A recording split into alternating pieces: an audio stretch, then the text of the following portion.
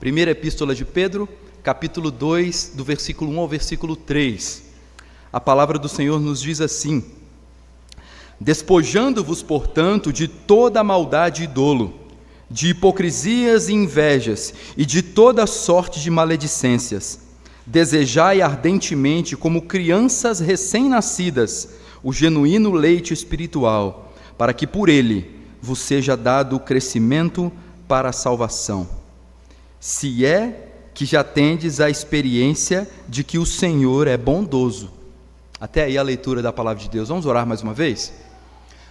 Pai Santo, o teu povo se encontra reunido aqui nesta noite para louvar o teu nome, para engrandecer ao Senhor, porque só tu és digno de toda a honra e de toda a glória. Nós já lemos a tua palavra, nós já cantamos louvores ao Senhor, e agora uma parte do teu povo que se encontra reunida aqui neste lugar, nesta noite, está desejosa de ouvir a voz do Senhor. Pedimos que o Senhor descortine os nossos olhos, arranque o tampão dos nossos ouvidos, para que a gente possa ouvir não a voz do pregador da noite, mas a voz do Senhor nos falando através do pregador, para que todos nós que estamos aqui sejamos alimentados pela porção da tua palavra e saiamos mais sábios, mais tementes e mais fortalecidos diante da palavra do Senhor. Te damos graças, Senhor, e fazemos essa oração em nome de Cristo Jesus. Amém. Todos nós sabemos identificar sinais de vida. Uma casa com a luz acesa, um cachorro que corre ao ouvir alguém bater no portão, Mercado Livre! E aí então o cachorro começa a latir. Uma criança que chora quando sente fome. Vida se manifesta, vida reage, vida deseja.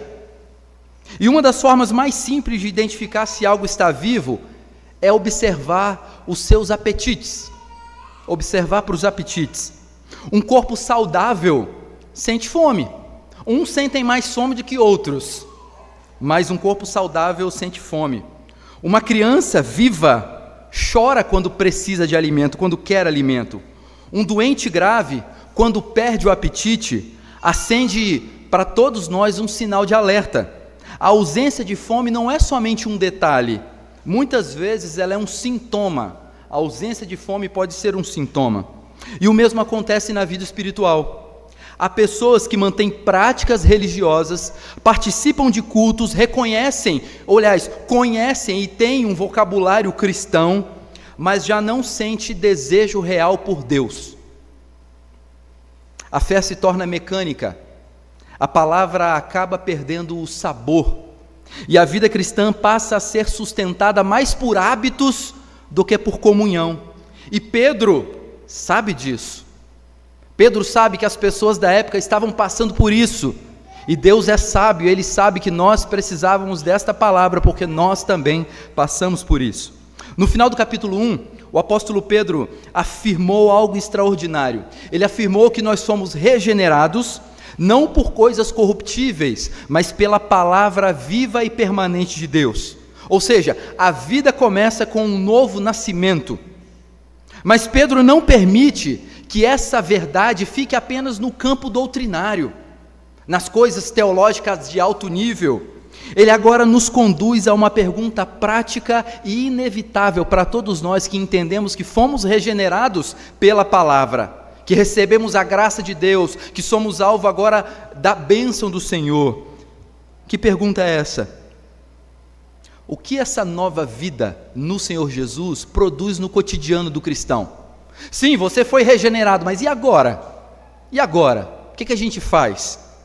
E é nesse ponto que nós entramos aqui em 1 Pedro, capítulo 2, de 1 a 3, e Pedro está escrevendo, e a gente precisa relembrar disso, Pedro está escrevendo para pessoas peregrinas, pessoas que tinham sido expulsas da sua terra, pessoas que tinham sido espalhadas por cantos que eles nunca imaginaram ir, pessoas que eram pressionadas por uma cultura hostil à fé que eles professavam, e eles precisavam saber quem eram em Cristo, mas não somente quem eram em Cristo, mas como essa nova identidade em Cristo deveria se manifestar no meio de uma cultura que era hostil à fé que eles manifestavam.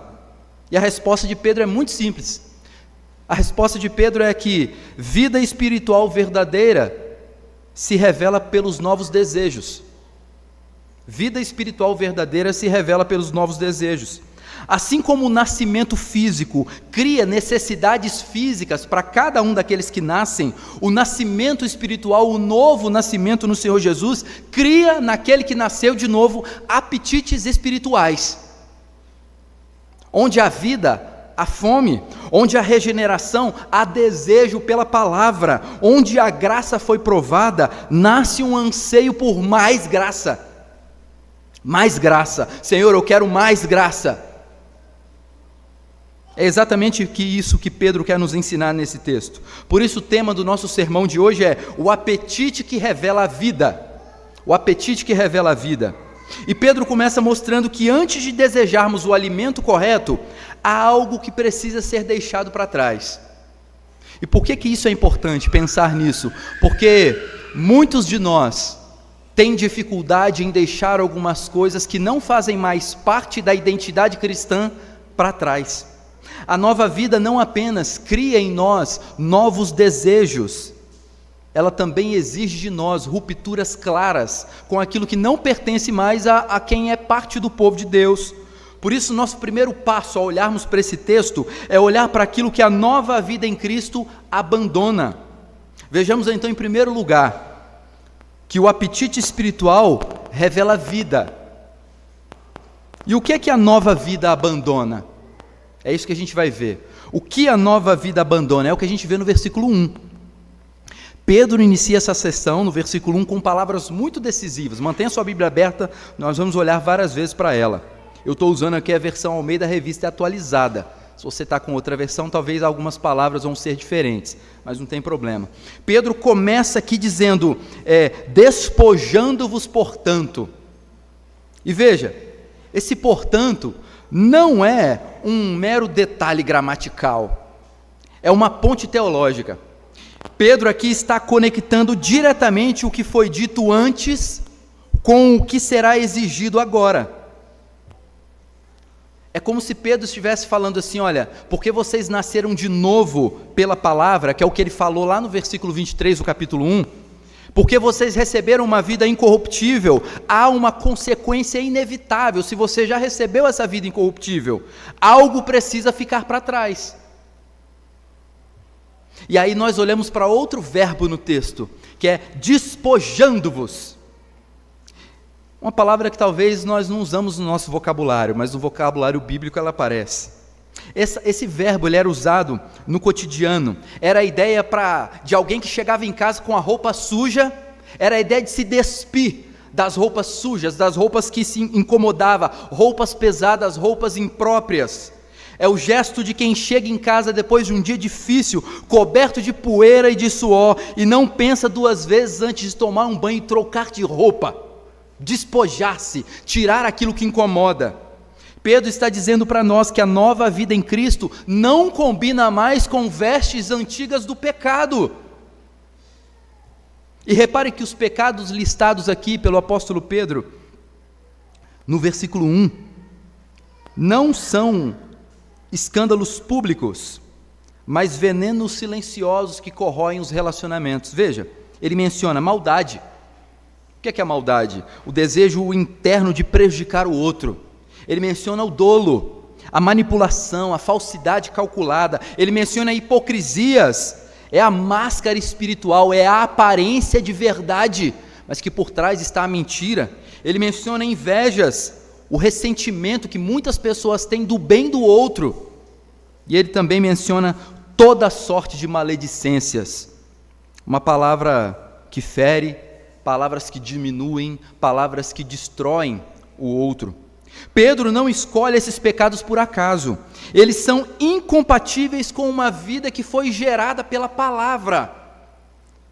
Por que elas são incompatíveis? Por que esses pecados são incompatíveis? Porque eles atacam diretamente aquilo que a nova vida produz. E a nova vida produz um amor fraternal sincero. É o que ele fala no capítulo 1, versículo 22. Não faz sentido nascer de novo para o amor e continuar alimentando atitudes que matam a comunhão. E não só palavras, mas também gestos. É terrível você dizer alguém para alguém e a pessoa faz assim, ó. Ela não falou nada, mas um gesto irônico, um gesto cheio de sarcasmo.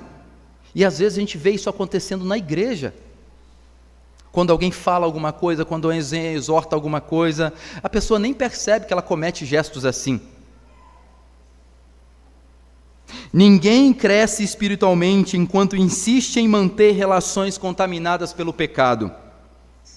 A palavra não floresce num coração que insiste em guardar ressentimento, um coração que insiste em viver em duplicidade, um coração que insiste em proferir venenos verbais. A Bíblia confirma isso repetidamente, e Paulo usa essa mesma imagem em Efésios capítulo 4, versículo 22 a 25, quando ele fala, despojando-se do velho homem. Em Colossenses capítulo 3, versículo 8 e 9, Paulo de novo repete essa ideia, ele fala, agora despojai-vos de tudo isto, coisas ruins, coisas que não pertencem mais àqueles que amam a Jesus. E Tiago reforça, no capítulo 1, versículo 21, ele diz, despojando-vos de toda impureza. A fé verdadeira sempre vem acompanhada de uma ruptura real. Se você diz afirmar que Cristo te alcançou, mas você ainda vive do mesmo jeito, tem alguma coisa errada. Ah, mas eu cresci na igreja, eu sou da igreja desde que eu me entendo por gente, mas no dia em que a fé verdadeiramente te alcança, rupturas são criadas, coisas são abandonadas, coisas são deixadas para trás, e nós não estamos falando aqui de uma perfeição imediata, mas nós estamos falando de um abandono consciente, de coisas que conscientemente nós precisamos entender, isso não pertence mais a alguém que foi alcançado por Cristo, e eu preciso deixar para trás. Talvez você tenha arrastado maledicências, fofocas, invejas no seu pé, como se fosse uma bola de ferro, e você tem arrastado isso por aí, e isso deixa marcas, aonde você passa, deixa marcas, mas no cotidiano isso é muito claro, ninguém espera que uma criança saudável continue se alimentando do que lhe faz mal. Quando algo intoxica uma criança, os pais, aqueles que cuidam, precisam identificar o que foi e abandonar aquilo. Se você descobre que o seu filho é alérgico a camarão, você não vai lá no coco bambu e vai dar um camarão para ele. Meu filho come, você é alérgico. Ou se você descobre que o seu filho é alérgico a amendoim, e aí a sobremesa que você dá para ele todo dia é um pé de moleque. Não faz sentido. Aquilo que intoxica a gente abandona, a gente deixa para trás. E o mesmo vale para a nossa alma. Muitos querem crescimento espiritual, mas continuam alimentando conversas que ferem. Muitos querem crescimento espiritual, mas continuam normalizando ironias dentro de casa. Muitos querem crescimento espiritual, mas continuam guardando inveja disfarçada de zelo. Muitos querem crescimento espiritual, mas continuam usando palavras como armas, em vez de instrumento de graça. Seja palavras verbalizadas ou palavras no WhatsApp. E então se perguntam, mas por que a minha fé se enfraqueceu? Por que eu não sinto mais nada? Por que quando canto uma música boa na igreja, uma música que eu já senti até arrepio quando eu já cantei ela no passado, e agora eu ouço cantar e nada acontece? Por que a palavra perdeu o sabor? Porque eu vejo o pastor pregando, e eu vejo até a careca dele escorrendo suor, de tanto esforço que ele está fazendo para pregar, mas parece que a minha vida espiritual está estagnada, nada acontece. Pedro responde com a clareza pastoral excepcional. Não é possível alguém desejar o leite puro da palavra, enquanto se insiste em beber o veneno relacional. Não é possível alguém crescer em graça e em comunhão com o Senhor, se não abandonar pecados. E essa exortação não é legalismo.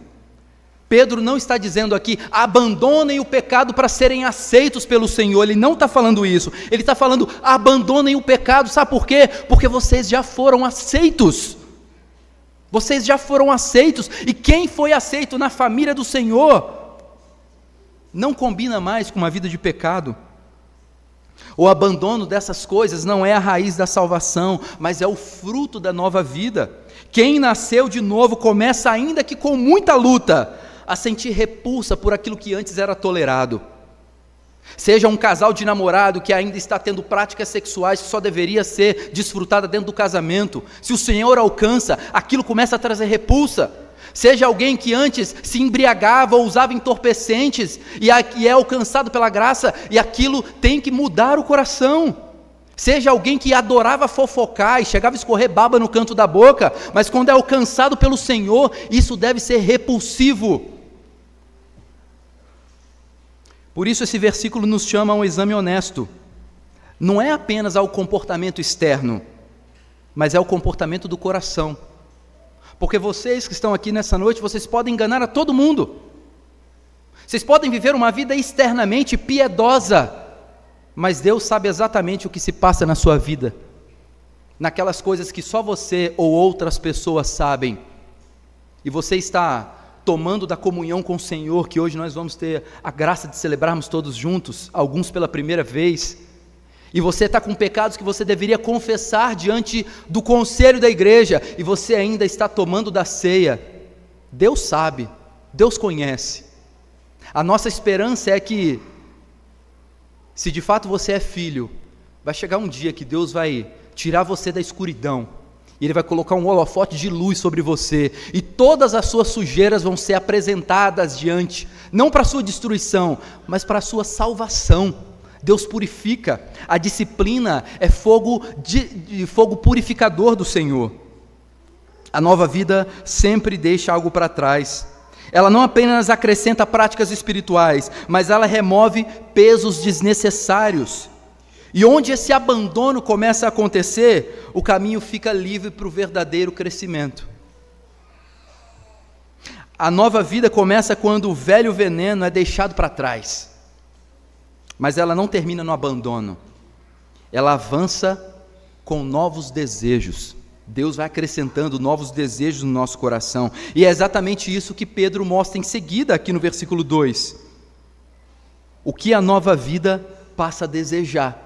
Se a gente olhou em primeiro lugar no versículo 1, o que a nova vida abandona, agora Pedro nos mostra no versículo 2 o que essa nova vida deve desejar. Veja, depois de mostrar o que a nova vida abandona, Pedro avança para aquilo que inevitavelmente a nova vida deve passar a buscar.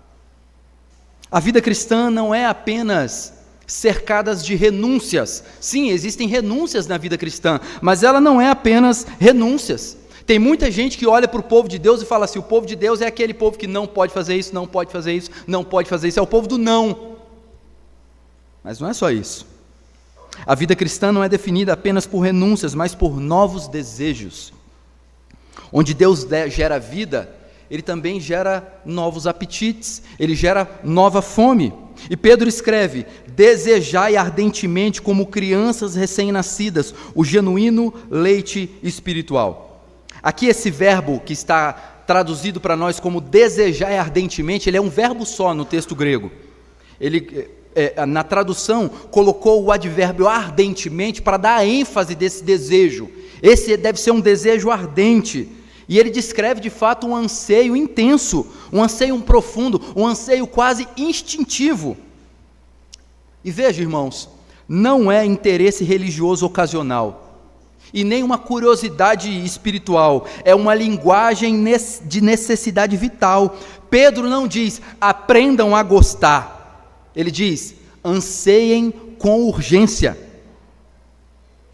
Pedro descreve aqui algo que brota no coração daqueles que teve a vida gerada de novo.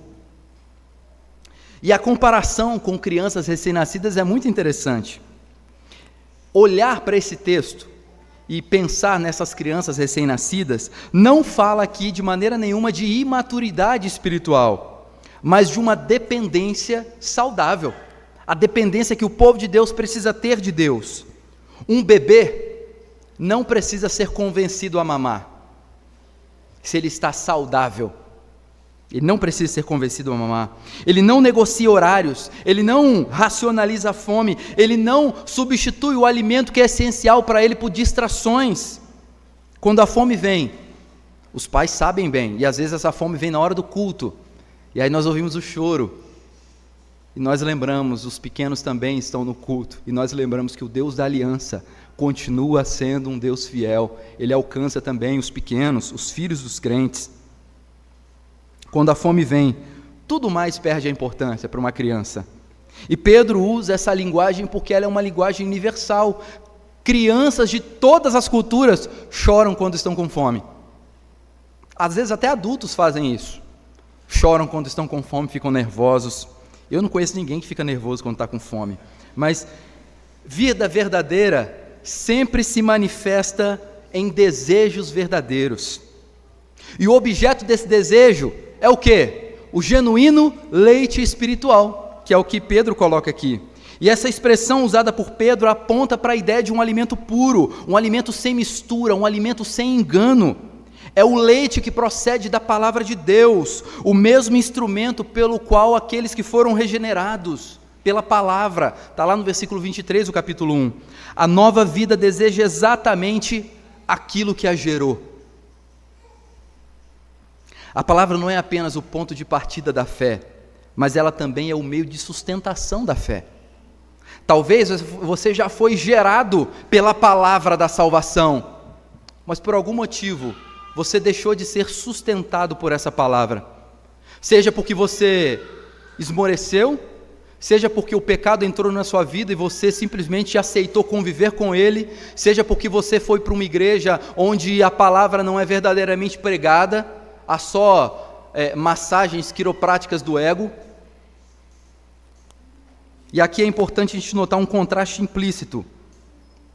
O leite espiritual, ele é um leite genuíno, ele não é algo adulterado, ele não é bebida láctea, ele não é um leite com adição de tal e tal coisa, é um leite genuíno, e diferente das palavras vazias da cultura, das promessas ocas do mundo, das distrações que ocupam o tempo, mas que não alimentam a alma. A nova vida aprende a distinguir alimento que sustenta de alimento que só enche a barriga. Tem muita gente por aí se alimentando só com pipoca ou com sopa. Tem aquele meme, né? Sopa na janta. Mas tem muita gente por aí comendo comida que enche barriga, mas que não satisfaz. Nós precisamos do verdadeiro alimento que fortalece a nossa alma. A nova vida aprende a distinguir alimento verdadeiro de engano. E ela passa a desejar aquilo que realmente nutre. Nutre.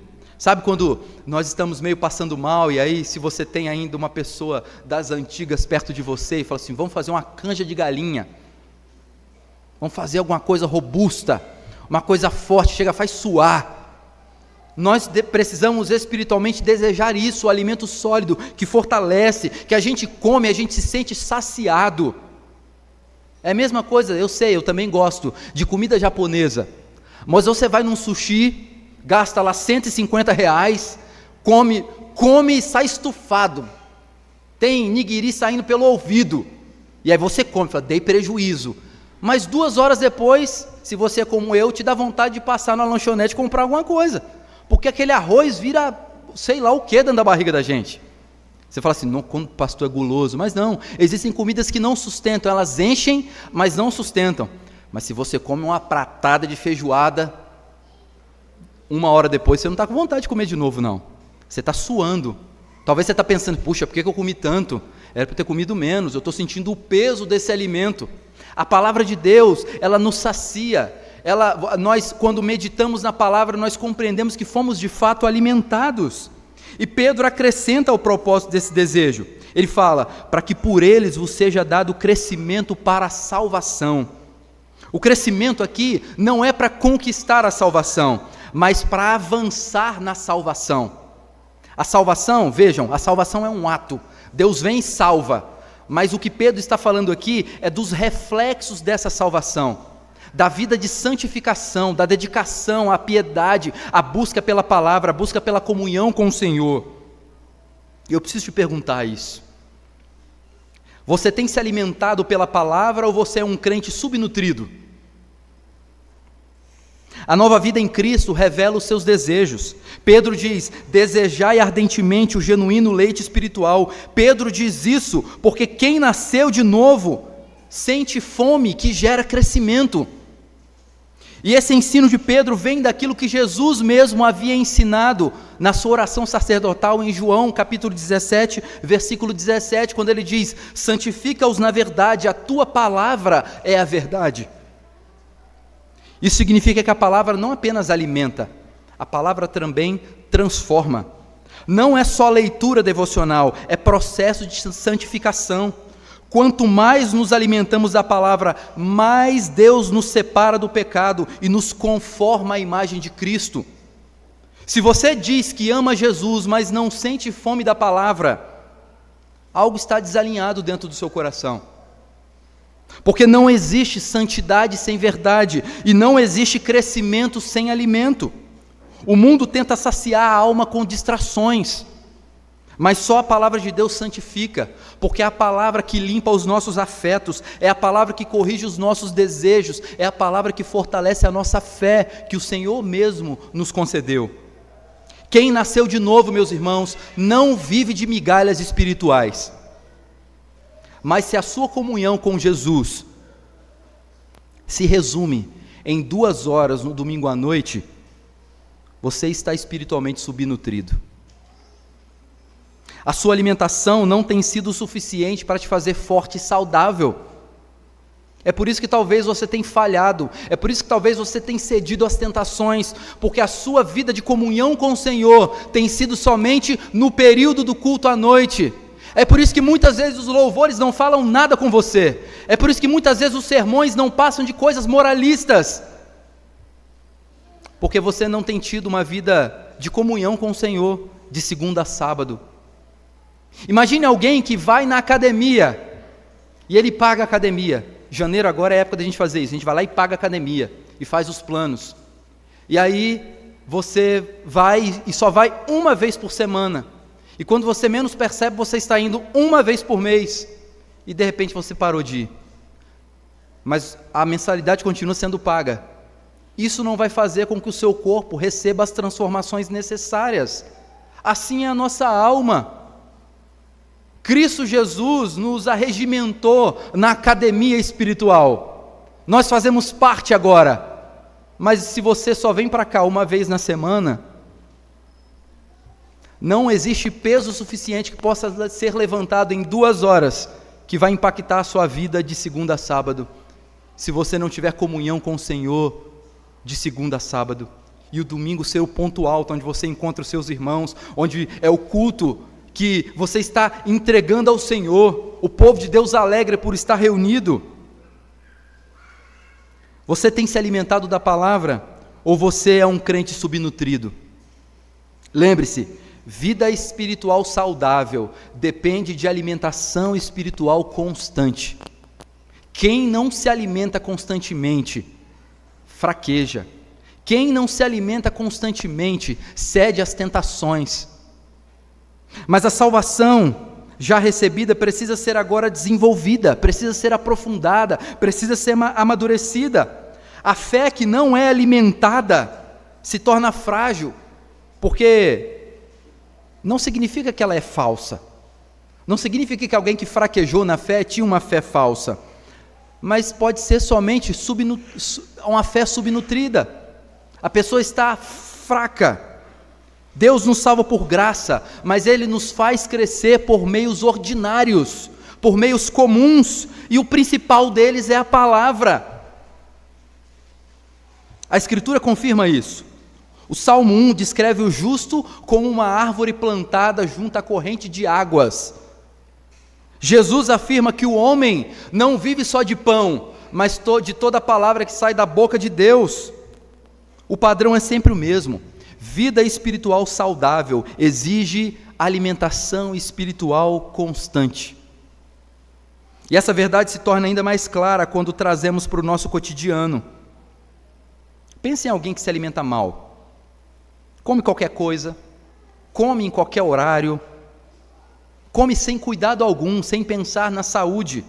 O resultado aparece com o tempo: fraqueza, cansaço, falta de resistência, e o mesmo acontece também com a gente espiritualmente. Muitos cristãos estão por aí exaustos na fé, não porque enfrentam grandes lutas, mas porque não se alimentam bem. Quando a palavra perde o sabor, a questão raramente é falta de tempo. Na verdade, é falta de apetite.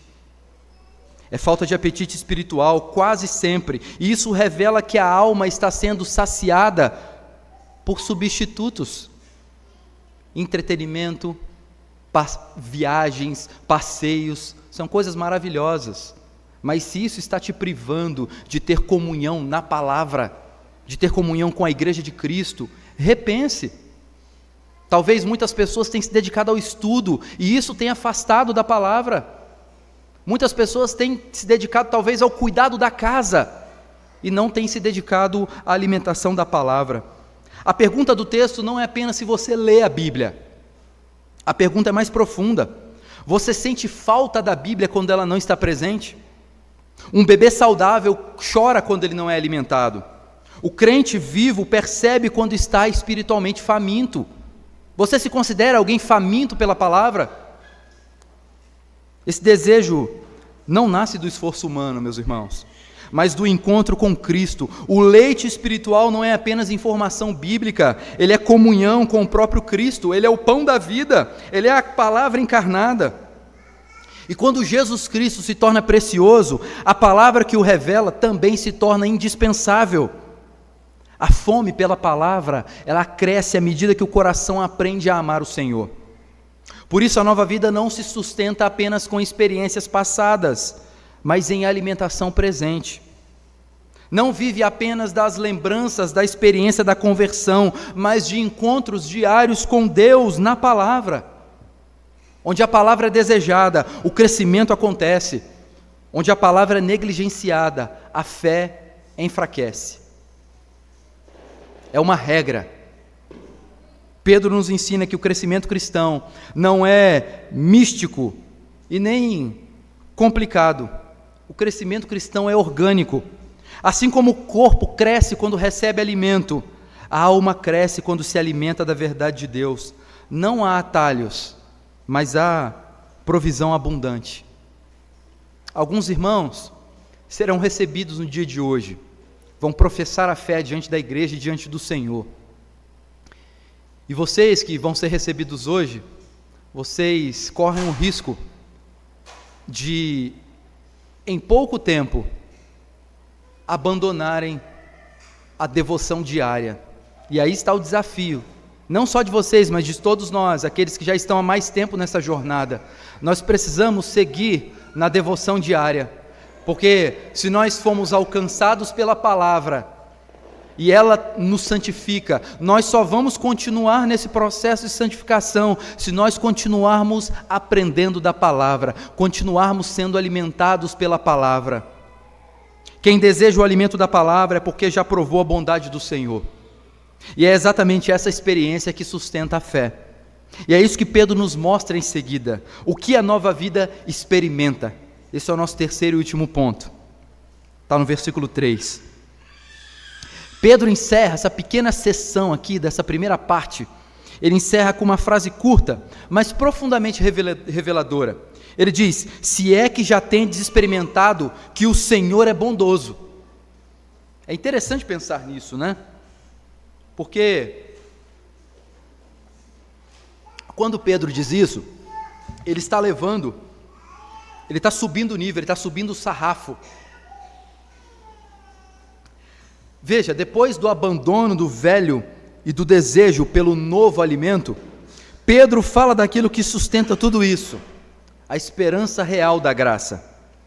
A fé cristã não é apenas um conjunto de deveres, nem apenas um novo padrão moral, ela nasce e se mantém porque o coração provou alguma coisa. Sabe quando você é alcançado pela graça e aquele amigo ímpio vira para você: mas cara, o que aconteceu? Fala: rapaz, eu não sei te explicar o que aconteceu, mas algo mudou dentro de mim, eu não sou mais a mesma pessoa. E tem uma passagem muito curiosa da biografia de Agostinho, de Santo Agostinho, Santo Agostinho, antes de ser conhecido como Santo Agostinho, ele era um homem que gostava de frequentar bordéis. E ele já tinha as mulheres preferidas dele. E depois que ele teve um encontro pessoal e verdadeiro com Cristo, um dia passando pela praça, uma mulher virou e falou assim: Agostinho, e ele passou direto, porque Deus havia produzido no coração dele novos desejos e novos afetos. E aí ela continuou falando: Agostinho, Agostinho, e ele não olhava para trás. Ela correu, pegou ele pelo braço e virou: Agostinho, sou eu. E ele falou assim: eu sei quem é você, mas eu não sou mais eu mesmo, agora Cristo vive em mim. Você pode dizer a mesma coisa? Eu não sou mais eu mesmo, agora Cristo vive em mim. Eu me tornei uma nova pessoa através da união com Jesus Cristo. E aqui a palavra experimentado ecoa diretamente o texto que nós lemos na liturgia, o Salmo 34, no versículo 8. Provai e vede que o Senhor é bom. Provai e vede que o Senhor é bom. Pedro não está falando de um conhecimento distante, de um conhecimento histórico, de um conhecimento herdado da família. Ele fala de uma experiência pessoal, uma experiência concreta, uma experiência transformadora. A fé cristã começa quando o pecador não apenas ouve sobre Deus, mas quando ele descobre na prática que o Senhor é bom. E aqui é importante notar que Pedro não está com isso dizendo: se é que vocês sabem. Pedro não está colocando em dúvida o conhecimento daquelas pessoas de que Deus era bom. Mas Pedro está falando assim, se é que vocês já provaram. Essa é a ideia do experimentado. Se é que vocês já provaram. A linguagem aqui é uma linguagem sensorial, é uma linguagem física. É a diferença entre ouvir alguém dizer que o sorvete de ricota com figo da Quinata é maravilhoso. Eu posso dizer que é maravilhoso. Meu paladar ficou meio, depois dos 39, ficou meio aguçado. Talvez você pode falar: não, o pastor, realmente é bom. Mas pense em algum sorvete que você já experimentou e falou assim: isso aqui vai ser difícil tomar outro sorvete em outro lugar, porque esse sorvete aqui é o sorvete. E aí imagine você tentando descrever para alguém esse sorvete que você experimentou, e você fala assim: é bom. É o que a gente passa quando a gente descreve o Senhor para os ímpios. Nós falamos assim: é bom, vai lá. A gente ama tanto as pessoas que a gente queria viver com elas eternamente, e é por isso que nós evangelizamos também. Nós queremos que as pessoas também desfrutem dessa bondade do Senhor, que nós já desfrutamos, nós já experimentamos. E nós fazemos isso quando nós fazemos uma viagem para algum lugar e você volta tão empolgado que você gostaria que aquela pessoa que você conhece e ama tivesse a oportunidade de ir no mesmo lugar que você foi, comesse as mesmas coisas que você comeu, passeasse pelos mesmos lugares. E aí você conta todo animado e às vezes a pessoa fala assim: ah, legal. E você fica meio frustrado. E é isso que acontece quando nós falamos da palavra do Senhor. Nós anunciamos as grandezas de Deus e às vezes o ímpio ouve e fala assim: legal. Mas o que nós temos que continuar fazendo? Continue falando, continue anunciando da bondade de Deus, porque se for da vontade do Senhor, um dia aquele que não compreendia quanto Deus era bom, ele vai compreender. Ele vai compreender. No dia de batismo, é um dia muito legal, porque as pessoas que serão batizadas convidam aqueles que amam para fazer parte daquele dia, que é um dia especial. Hoje, na vida do Everton, na vida da Cecília, na vida da Mariana também, de poder ver o seu esposo, a sua filha sendo batizada, na vida dos familiares. Mas pode haver alguém aqui, que são dos visitantes que estão aqui hoje, que vieram por consideração, por amor àquele que convidou. E talvez você está aqui nessa noite e você ainda nunca experimentou que Deus é bom. Talvez você é uma dessas pessoas. Mas deixa eu te dizer uma coisa: Deus é bom demais. Deus é bom demais. Você pode até não conseguir falar isso com a sua boca, mas se você está vivo agora, é porque Deus é bom. Deus é aquele que sustenta. Deus é aquele que rege a nossa vida com mão poderosa. Todos nós, crendo ou não crendo, desfrutamos da bondade de Deus. A diferença é que quando nós cremos, nós entendemos que tudo aquilo que nós somos e temos provém da bondade do Senhor, e nós queremos anunciar isso para todo mundo. porque essa experiência é o motor do desejo espiritual. A nova vida deseja o leite espiritual, porque quem já provou da bondade do Senhor, quer mais. A gente quer mais. O desejo não nasce do esforço, mas da memória da graça. Quem foi alcançado por Cristo, aprende ainda que com tropeços, que nada neste mundo satisfaz mais do que a comunhão com Ele. E Davi declara no Salmo 42, versículo 2, a minha alma tem sede de Deus, porque ele já conhecia a presença do Senhor. Paulo afirma considerar tudo o que ele tinha como perda, por causa da sublimidade do conhecimento de Cristo Jesus, porque ele já havia sido encontrado por esse Salvador. Ou seja, o desejo cresce onde a graça já foi experimentada. E aí você precisa fazer uma autoanálise agora. O desejo pelo Senhor na sua vida tem aumentado? Tem crescido? Porque se a graça do Senhor te alcançou, só tem um caminho para onde você vai. Sabe aqueles gráficos de estatística? É só para cima. Pode haver momentos de platô, de leves quedas, mas você sempre está avançando, você sempre está indo para cima. Pedro também nos ensina algo precioso. Essa esperança, ela não é algo pontual, restrito ao passado. Aqui, a maneira como ele descreve, se trata de algo que foi feito no tempo, mas que foi alcançado com efeitos permanentes. Não se trata apenas do dia da conversão, mas de uma realidade que continua moldando a fé. A fé enfraquece quando a experiência da graça se torna apenas um lembrete distante. E aí, aqueles que vão ser batizados hoje precisam constantemente se lembrar do dia do seu batismo, se lembrar de que você foi selado com o batismo, mas que antes de ser selado com o batismo, você foi selado pelo Espírito Santo da promessa, por aquele que garante a sua vida eterna. E no cotidiano é fácil da gente ilustrar isso. Pense em alguém que já morou perto do mar. Eu já tive o privilégio de morar quase toda a minha vida perto do mar. E mesmo depois de mudar, a gente sabe exatamente o barulho que as ondas do mar fazem à noite. E a gente sabe aquele cheiro peculiar da brisa que vem do mar, e que cola em tudo, e que a gente fica meio salgado, que o carro, qualquer arranhãozinho vai virando um podre por causa da maresia. A experiência passada molda o desejo presente. Assim é com a graça. Quem já provou da bondade do Senhor, sente falta quando se afasta. Percebe que a comunhão esfria e anseia por voltar. Muitos dizem, eu não sinto mais prazer nas coisas espirituais. Talvez você está aqui hoje, você é um desses. Eu não sinto mais prazer nas coisas espirituais. E Pedro nos ajuda a fazer a pergunta certa. Qual foi a última vez que você se aproximou do Senhor, não como um cumprimento de dever? Domingo eu tenho que ir para a igreja, mas para desfrutar da sua bondade. Senhor, eu quero estar na tua presença, porque ali é o meu lugar, junto com os meus irmãos, cultuando a ti.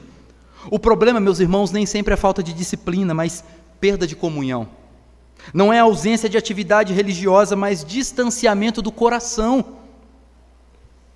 E essa bondade do Senhor se revela de maneira plena em Jesus Cristo.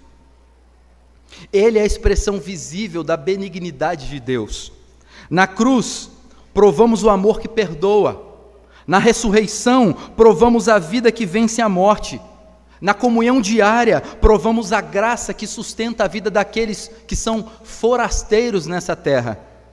Toda verdadeira experiência da bondade do Senhor passa pela pessoa e pela obra de Cristo Jesus.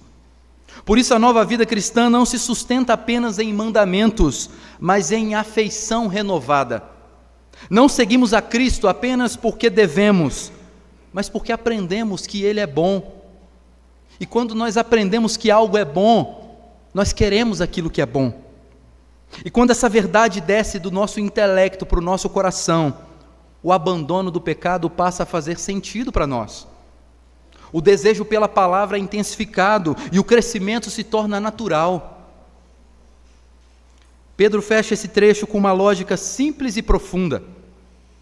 Quem provou, deseja mais. Quem deseja, cresce. E quem cresce, persevera no caminho da fé. Quem já provou a bondade do Senhor nunca mais se satisfaz com uma fé sem sabor. Ele quer a fé verdadeira, ele quer o alimento espiritual que aquece a alma, que mexe com o coração. E quando você está num lugar onde a palavra é verdadeiramente pregada, onde você sabe que quando você esfria, não é o problema do ambiente, é o problema do seu coração. Como está o seu coração com o Senhor? Existem pessoas que parece que têm agendas. Elas fazem assim: olha, esse domingo eu vou porque é ceia, mas esse aqui eu posso faltar. Esse aqui não vai ser nem o pastor que vai pregar, então é aí que eu vou faltar mesmo. Olha, esse aqui, não, já faltei esse mês não posso faltar outro, então tem que ir. Tem pessoas que fazem esses cálculos, como se fosse batendo um ponto na igreja. Veja, a sua presença é importante aqui. É muito bom a gente ver a igreja como está hoje, com os bancos repletos. Eu fico extremamente feliz quando vejo pessoas chegando, e aí eu descubro que os meus diáconos ainda não estão habilitados para conduzir as pessoas a levar num lugar, porque não era assim, e agora Deus está fazendo ser assim. Isso é bondade do Senhor, isso é bondade do Senhor. Mas, se você é alguém que fica calculando a quantidade de vezes que você vai na igreja, sonde o seu coração, peça para Deus transformar a sua vida de maneira que você tenha deleite em vir encontrar com seus irmãos, tenha deleite em estar junto com o povo de Deus, professando a mesma fé, sendo alimentado pela palavra. Concluindo, irmãos, Pedro nos conduziu nesses poucos versículos, nesses 3 versículos, por um caminho simples, mas profundamente espiritual. Ele nos mostrou que a nova vida em Cristo se manifesta de maneira concreta. Ninguém pode abrir a boca e falar que pertence a Jesus e a gente olhar para a vida daquela pessoa e não ver comunhão com o Senhor, não ver frutos de uma raiz que foi firmada em Cristo Jesus. Nós aprendemos que a nova vida abandona aquilo que contamina a comunhão. Depois vimos que a nova vida deseja o alimento certo. E por fim, Pedro nos levou à raiz de tudo. A nova vida experimenta a bondade do Senhor. Esse texto nos chama, portanto, a um exame honesto, não apenas daquilo que nós fazemos externamente, mas do que desejamos internamente. Você pode enganar a todo mundo, você pode às vezes enganar a si mesmo, com as suas atitudes externas, mas o chamado agora é para que você analise o seu coração, clame a Deus para que Ele mostre o mais profundo do seu coração, aquela caixinha que está lá dentro da gaveta do criado, e você abra ela e veja o que tem lá dentro. A pergunta final não é: você está envolvido em coisas espirituais? Não é essa a pergunta. A pergunta final é: você tem fome de Deus? Você tem fome de Deus? Porque onde há vida espiritual, há apetite. Onde a graça foi provada, há desejo. E onde Cristo é amado, a palavra se torna indispensável. Indispensável. É por isso que Pedro usa a figura do leite, algo que nutre. Não é algo de imaturidade, é algo que é de algo extremamente nutritivo. Se hoje a sua fé parece fraca, talvez o convite do texto não seja para você fazer mais, mas você se voltar para a palavra e passar a se alimentar melhor. Volte à palavra, volte à comunhão, volte a provar com humildade que o Senhor é bondoso, que o Senhor é misericordioso. A nova vida, ela abandona aquilo que mata e deseja o que alimenta e sustenta a bondade do Senhor. Que Deus nos conceda a graça para viver não de migalhas espirituais, mas do alimento que Ele mesmo oferece na sua palavra. Deus os abençoe. Amém.